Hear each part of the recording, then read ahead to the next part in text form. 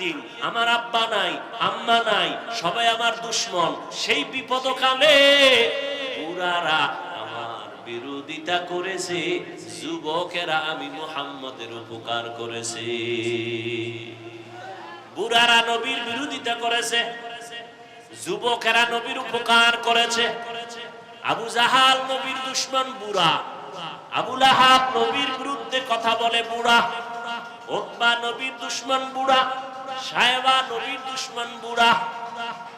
আর নবীর যত আপন সব যুবক, 7 বছর থেকে 11 বছরের বান্দা। হযরতে আলী নবীর হাতে হাত লাগায় কালেমা বললেন 7 থেকে 11 বছরের মধ্যে।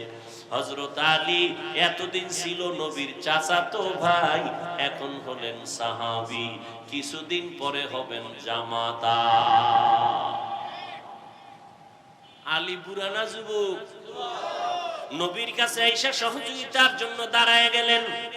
নবীজি কলিজা দিয়া দোয়া করলেন, আনা দারুল হিকমা ওয়া আলিয়ুন বাবুহা, আমি মুহাম্মদ ইলম ও হিকমতের ঘর, আর এই ইলমের ঘরের দরওয়াজা আমার আলী। নবী এমন দোয়া দিলেন, সাথে সাথে কবুল হয়ে গেল। আল্লাহ হযরত আলীকে এই পরিমাণ ইলম দান করেছেন। হযরত আলী বলেন, ও দুনিয়ার যুবকেরা শুনো, ইলমের দাম কত। মান আল্লামানি হারফান ইনশাআ মা ওয়া ইনশাআ আতাকা, আমাকে একটা অক্ষর যিনি শিখাইছেন তার মূল্য এত বেশি আমার কাছে, চাইলে ওই শিক্ষক আমাকে গোলাম বানাইয়াও রাখতে পারবেন, বিক্রিও করে দিতে পারবেন। তার অধিকার এত বেশি, আর আমি তার কাছে এতটাই দুর্বল। ও আল্লাহর বান্দা যুবকেরা, জীবনে যাই করো না করো, ওস্তাদের সাথে বেয়াদবি করিও না, মা বাবার সাথে বেয়াদবি করিও না, মুরব্বীদের সাথে বেয়াদবি করবা না। আলেমদের সাথে বেয়াদবি করলে মরার আগে ধ্বংস। মরবা না, ধ্বংস মানে মরবা না। এত তাড়াতাড়ি মরবা কেন? তোমার মরার আগে পাও ভাঙবে, কিডনি যাবে, ক্যান্সার হবে, কত গজব আছে, দোকানে আগুন লাগবে, তাড়াতাড়ি মরবা না। আলেমদের সাথে বেয়াদবি করলে পরিণাম ফলটা মরার পরে না আগে? বলো।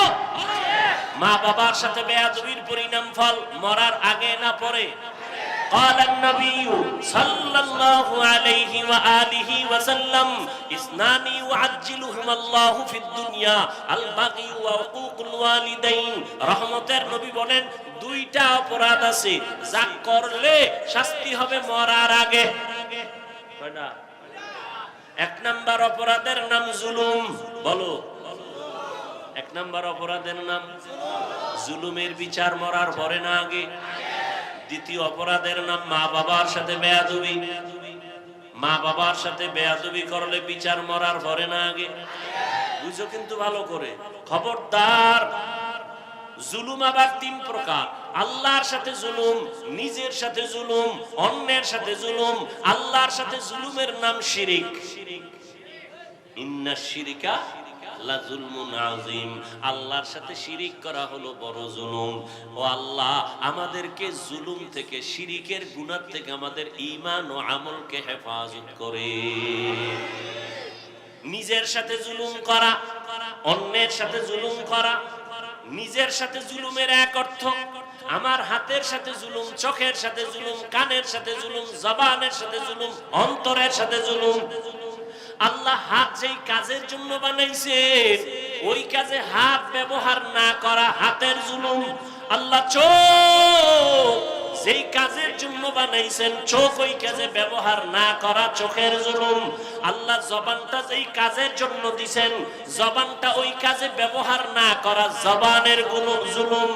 এরে আল্লাহর বান্দা, এটা নিজের সাথে জুলুম।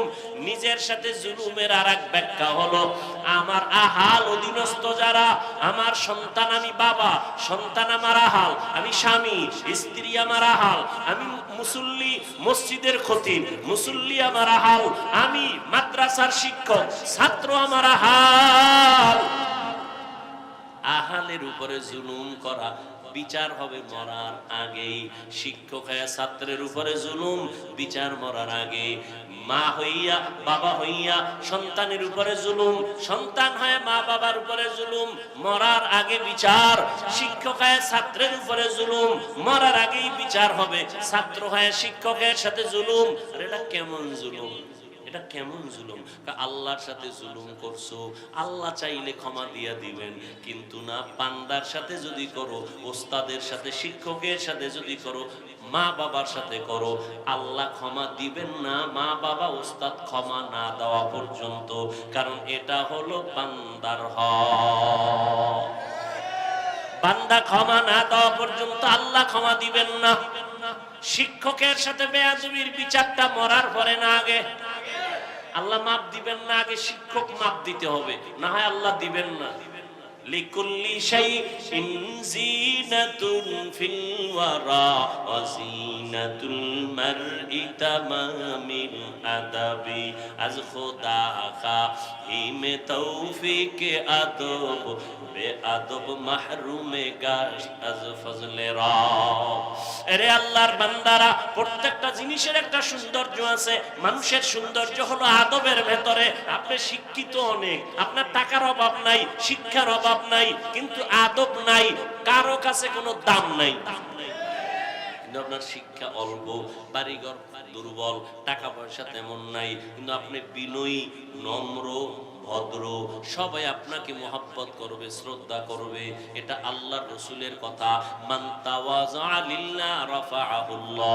যে নিজেকে আল্লাহর সন্তুষ্টির জন্য ছোট মনে করে চলবে, আল্লাহ তার মর্যাদা দিন দিন বাড়ায় দিবে।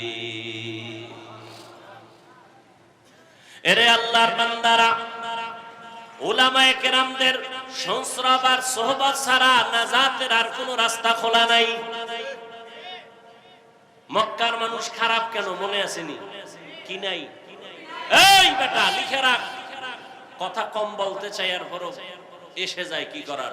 এই যারা মুরব্বীদের ব্যাপারে, আলেমদের ব্যাপারে, বড়দের ব্যাপারে ফেসবুকে উল্টা পাল্টা লেখে, আল্লাহর কসম বেয়াদবিমূলক যারা লেখালেখি করে, আলেমদের সম্মান নষ্ট করার ষড়যন্ত্র করে লেখার মাধ্যমে ফেসবুকে আর ইউটিউবে, খোঁজ নিয়ে দেখ একটারও মুরব্বী নাই, একজনও মুরব্বী মানে না। আর যে মুরব্বী মানে না সে বেয়াদব। সে কি? চূড়ান্ত বেয়াদব। বেয়াদব মানে তার চলা ফেরা কোনোটায় ব্যালেন্স থাকে না। মুরব্বী থাকলে পেছন দিক দিয়ে টান দিবে, অন্যায় করছো কেন, তওবা কর। গরুর গলায় যদি রশি লাগানো থাকে, ও যদি অন্যের ক্ষেতের ধান খাইতে চায়, মালিক রশি ধরে টান মারে, মারেনি? রাস্তায় কুত্তা আছে না বাজারে, একটা কুত্তারও কোনো দাম নাই, মালিকের শিকল যেই কুত্তার গলায় লাগানো ওই কুত্তার দাম আছে না নাই? আকাশের ভেতরে খোলা ময়দানে খোলা বাতাসে কত পাখি উড়ে, কোনো দাম নাই। খাঁচার মধ্যে যেই পাখিটা আটকানো ওই পাখির বড় দাম।